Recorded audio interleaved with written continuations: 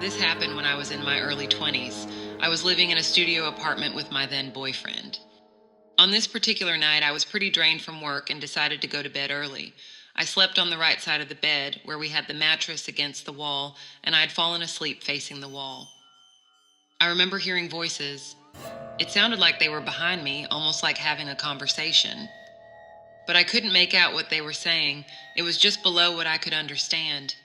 I remember rolling over and asking my boyfriend, "Did you say something?" He told me no and just looked at me puzzled as he was just quietly sitting on the couch scrolling through his phone. I said something along the lines of, "Oh, I thought I heard something," and just rolled back over, milling what I thought I'd heard. Then I had this immediate wave of what felt like my body was dropping, and there was dread in the air. I had this staticky feeling wash over me. It was like ozone smell, but I could feel it vibrating on my skin and through my body. Then I heard it again, what seemed like a group of men having a muffled conversation. But this time I was paralyzed, and I could sense their ominous presence behind me. It felt like they were talking about me, studying me. I was desperately trying to snap out of whatever force was pinning me in place. I managed to shift my gaze to see where the voices were coming from. There were 3 of them, standing in a cluster in the corner. Towering, featureless all-black masses, they were wearing what seemed to be long trench coats and wide-brimmed hats. The center figure was about a head height taller than the other 2. I had the overwhelming sense that the one in the center was training them. At this point, my heart was pounding, and I felt like I was sinking. Further and further into the bed, the pressure, the panic, I felt like I was suffocating. I tried screaming, but nothing came out. I eventually shot upright, seemingly throwing myself out of this force. I gasped loudly, startling my boyfriend, who came to comfort me. I was hysterical. I didn't know what I'd just witnessed, and it had felt so real. I was truly terrified. This was definitely more than just a nightmare. After several hours of talking and unwinding, I started to drift back to sleep, my boyfriend laying beside me, reassuring me that no one was in the room. The buzzing started, followed by the muffled conversation. This time I was facing the corner and they were still there, watching. As soon as I was able to jolt myself out of their paralyzing hold, I stayed up the rest of the night, and I struggled to sleep for weeks following this incident. I've never had anything like that happen ever again. But I know something was in the room that night. Anytime I start to feel that dread as I'm falling asleep, I immediately get up and keep my mind occupied, avoiding looking at the dark corners. It's been roughly 15 years now, and I still think about it most nights, mostly as a passing thought. I try not to, but I can't help but scan the corners of the room as I begin to drift, listening, wondering if they're still watching.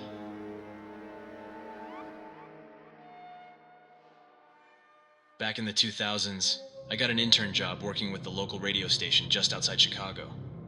I had just started at the Illinois Media School and was basically following my brother into the industry. He'd already been working at WKCV for like 7 years at that point, and he helped me get my foot in the door, which I was thankful for at the time. I always thought he had the coolest job.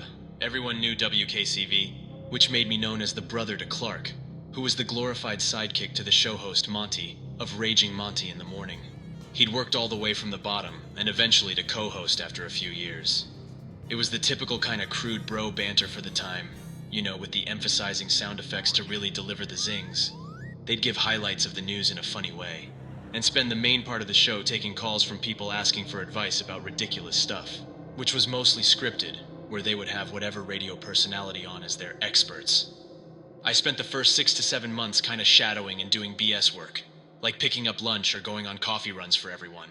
My brother kept telling me to bide my time, but it was getting pretty frustrating being the kid, and not really doing much besides basically being an unpaid assistant. After crashing on their couch for most of the summer and having a couple roommates bounce, my brother and Monty let me move in with them in their condo that overlooked Lake Michigan.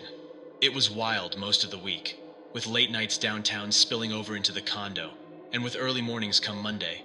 I was fortunate enough to be with the guys that had connections everywhere across the city, Be it exclusive events or drinks on the house, it was a whirlwind time in my life. Thanksgiving came around, and my brother announced that he was finally moving in with his longtime girlfriend.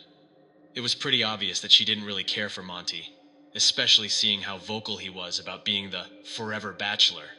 She was tired of my brother being forced to wingman every time Monty wanted to go out, and started coming out less and less with us leading up to this. I was young and tried to talk him out of making that kind of big commitment just yet, and so did Monty. This caused a bit of a rift between them.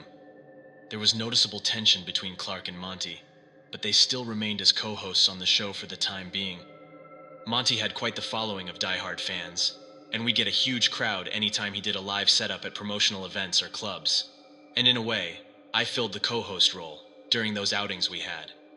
And on occasion, he'd offhandedly tell me about how he saw me eventually replacing Clark on the show, which, I'm not gonna lie, I was pumped about it. I just didn't understand at the time why Clark was throwing his life, this life, away. I really looked up to Monty. I mean, all he wanted to do was live it up, and I didn't blame him. Until he met Mandy. WKCV decided to run some crazy contest as a wind-up to New Year's. You know, spend the night co-hosting the ball drop, and start your new year with a kiss from Monty if you're the lucky girl. We were bombarded with calls from chicks all over Chicago, and a few out-of-staters, trying their best to convince Monty why he should pick them.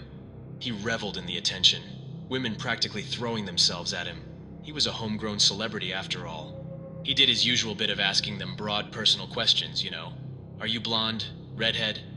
Critiquing their voice, asking them if they had any interesting talents. The usual morning chat show banter.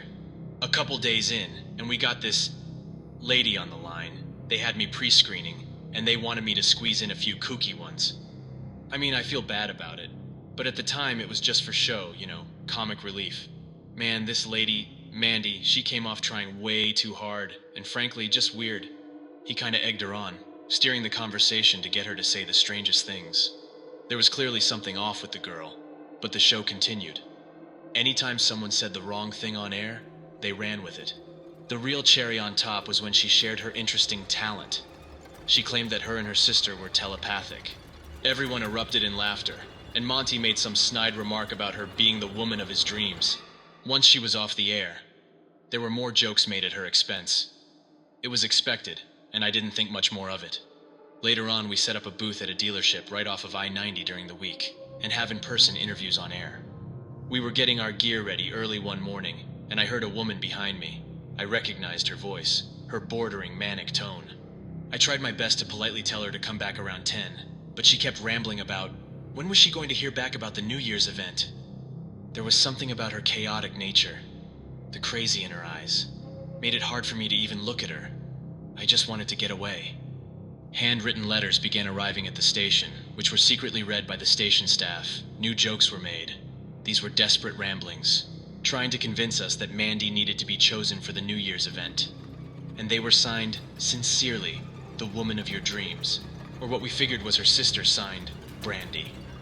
I wasn't finding this funny anymore, and no one was taking the situation seriously. I considered moving back in with my parents, but it'd make work awkward, and I didn't have much money set aside to even think about quitting. The Mandy and Brandy Psycho Sisters became an on-air joke, and they really pushed that narrative with updates on the ongoing one-sided exchanges, with random callers voicing their concerns.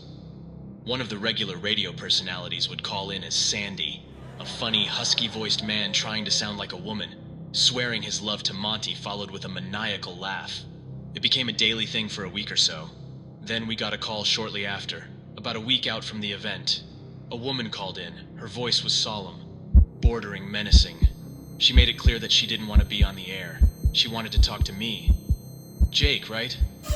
I still remember my stomach dropping. The other guy living at 722 Cedar Way, South State Street. Her voice made my skin crawl.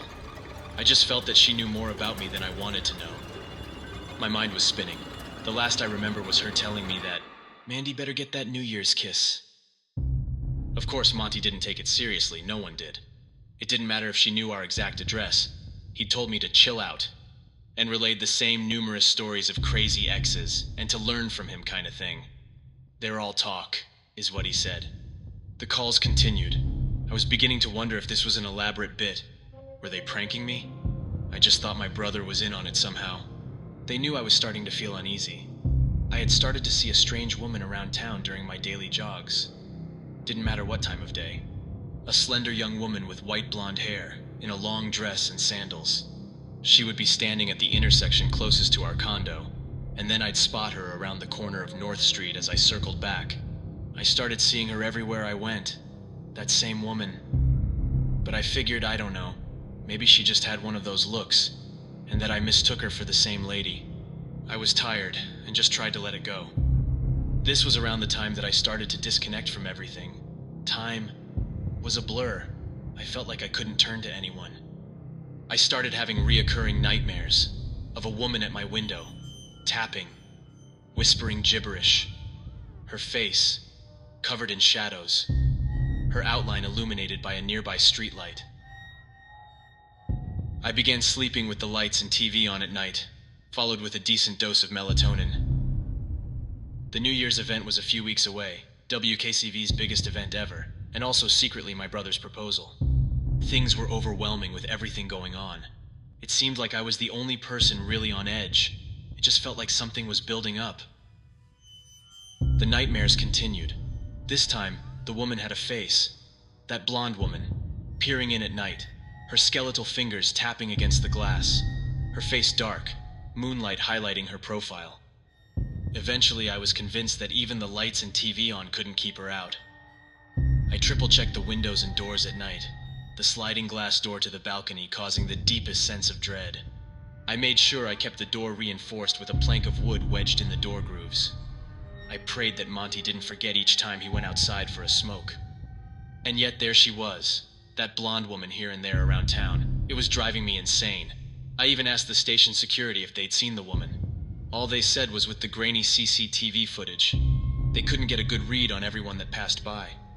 They reassured me with a side-eye that they'd let me know if they saw her.